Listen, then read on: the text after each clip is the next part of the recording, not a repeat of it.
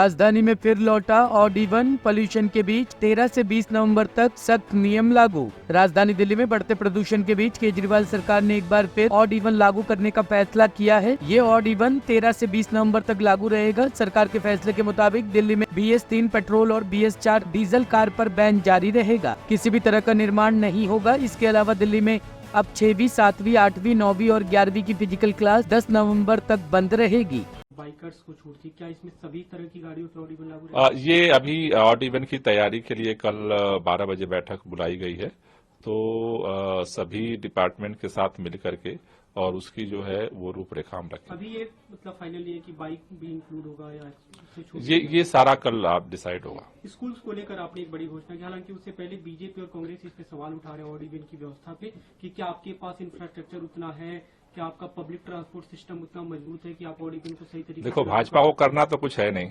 केवल सवाल उठाना है। 3 सरकार दिल्ली के ऊपर नीचे आजू बाजू सब उनकी सरकार है। न यूपी में कुछ कर रहे हैं, न हरियाणा में कुछ कर रहे हैं, न केंद्र सरकार कुछ करे। केंद्र सरकार के पास एक पत्र का जवाब देने का टाइम नहीं है। सवाल उठा रहे हैं, हर चीज में कुछ भी करो सवाल उठा रहे हैं, तो सवाल ही उठाते रहो। पूरे उत्तर भारत में प्रदूषण फैला हुआ है और पूरी भारतीय जनता पार्टी केंद्र में बैठी है और सवाल उठा रही है। बस कांग्रेस पार्टी भी ये बोल रही है कि आपका पब्लिक ट्रांसपोर्ट सिस्टम DTC बसों को लेकर सवाल उठते हैं, मेट्रो के फेरे बढ़ा दिल्ली के अंदर अभी तक बसें जितनी रही हैं सबसे ज्यादा बसें हैं। 7,000 से ज्यादा बसें आज दिल्ली की सड़कों पर हैं, जिसमें से 1,000 इलेक्ट्रिक बसें हैं। बाकी बसों की जो पर्यावरण बस सेवा की बात की जाती है, क्या उन्हें डिप्लॉय कर दिया गया है, उनकी संख्या बढ़ाई जाएगी ऑड इवन के लिए? अभी जिस तरह से बसों की फ्रीक्वेंसी बढ़ाई गई है, मेट्रो की फ्रीक्वेंसी बढ़ाई गई है, तो अभी जो हमने रिपोर्ट ली थी, कल डिटेल और रिपोर्ट करेंगे कि कितनी राइडरशिप बढ़ी है। अगर जगह खाली है तो उसके अनुसार कल रणनीति बनाएंगे। सरकारी दफ्तरों में क्योंकि आपने 50% वर्क फ्रॉम होम में सब नहीं किया है, तो क्या सरकारी दफ्तर जहां जहां है वहां के लिए कोई शटल बस सेवा शुरू की जाएगी? शटल बस सेवा जो है वो शुरू कर दी गई है। शटल बस सेवा केंद्रीय सचिवालय के लिए भी और दिल्ली सचिवालय के लिए शुरू कर दी है। और आगे चूंकि छुट्टियों का समय है, तो एक व्यू था कि चूंकि काफी लोग छुट्टी पर चले जाते हैं, तो ऐसे में कार्यालयों के संचालन के लिए और चीजों पे नजर रखी जा रही है। और जो व्हीकल पोल्यूशन सबसे ज्यादा देखा गया है, तो व्हीकल पोल्यूशन को ही कंट्रोल करने के लिए 13 तारीख से ऑड इवन का निर्णय लिया गया। एक दूसरा बड़ा निर्णय इसमें था स्कूल्स को लेकर कि 10वीं 12वीं की बोर्ड की जो उनकी परीक्षा है उनकी क्लासेस चलेंगी, बाकी क्लासेस बंद रहेंगी पूरी तरह से। हाँ, बाकी क्लासेस को बंद करने का निर्णय हुआ है। 5वीं तक तो पहले 10 तारीख तक बंद था। अब जो है 6वीं, 7वीं, 8वीं, 9वीं और 11वीं की कक्षाओं को जो है वो बंद किया जाएगा। 10वीं और 12वीं के जो है वो बच्चे, चूंकि उनके बोर्ड के एग्जाम है, तो वो पढ़ाई।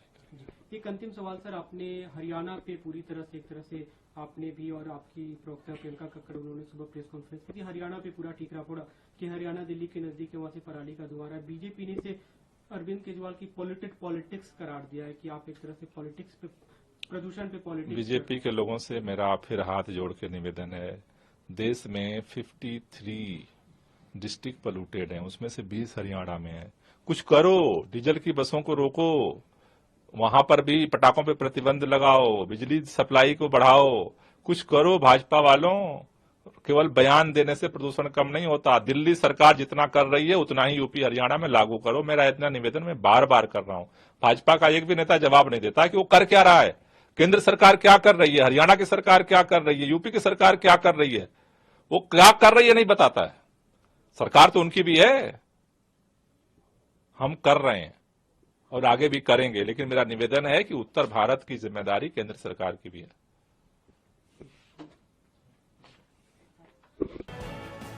Bureau report, team ANN news.